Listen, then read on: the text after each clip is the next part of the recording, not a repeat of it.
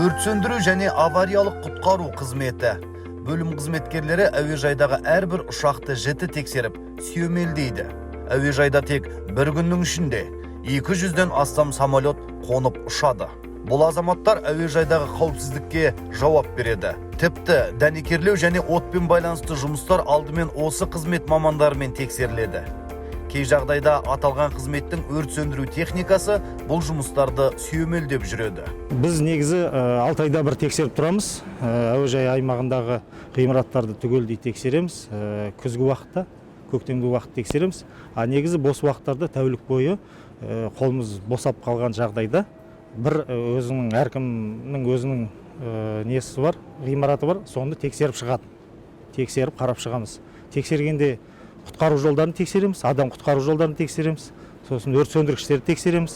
Өрт жәшігі дейді, жаңа айтасыздар ғой, шлангы деп. Пожарный рукав дейді, өрт жеңдерді. Соларды тексереміз, жұмыс істей ме, істемей ме, соларды тексереміз. Оқиға орын алған жағдайда құтқарушылардың 3 минуттың ішінде жету мүмкіндіктері бар. Мұндай нәтижелерге ай сайынғы жаттығулардың арқасында қол жеткізілген.